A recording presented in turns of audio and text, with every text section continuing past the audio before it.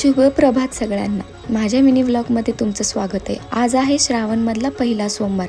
असं म्हणतात की स्त्रीनी पांढरे किंवा हिरवे वस्त्र नेसावे, पण माझ्याकडे जे आहे त्याच्यात मी समाधान मानले. त्याच्यानंतरनं मी सुरुवात केली म्हणजे उंबऱ्याची पूजा. मी दर गुरुवारी हा लेप लावत असते हळदीचा, पण मी यंदा सोमवारीसुद्धा लावला. हळदीचा लेप लावल्याने सुख समृद्धी नेहमी आपल्या घरात नांदते. त्याच्यानंतरनं मी सुंदर अशी रांगोळी काढली.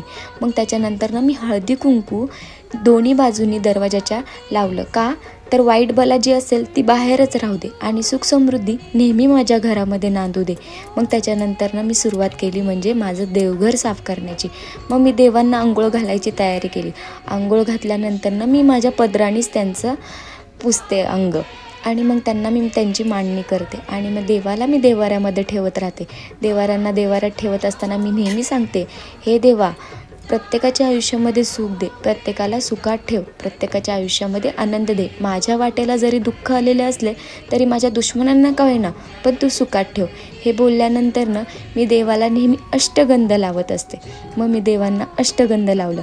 अष्टगंध लावत असताना मी हेच सांगत असते की सुख समृद्धी प्रत्येकाच्या आयुष्यात लाभली तर तुम्ही मात्र त्यांच्या नेहमी पाठीशी उभा राहावा.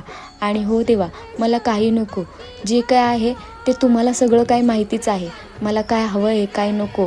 पण हा देवा, आज श्रावणमधला पहिला सोमवार आहे, हे व्रत मी करते, मला मात्र तुमचा आशीर्वाद कायम माझ्या पाठीशी राहू द्या, हेच मी मागितलं. मग होती श्रावणातली पूजा आणि मग मी महादेवाची पिंड माझ्याकडं आहे.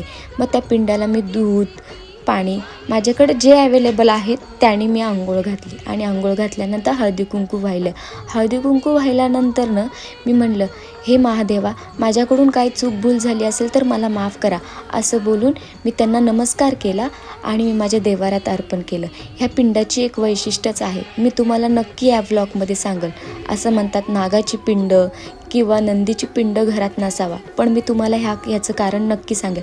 मग मी पूजा केली आणि पूजा करत असताना मी स्वामींना नेहमी असा नमस्कार करते आणि तो मी 3 वेळा नमस्कार केला.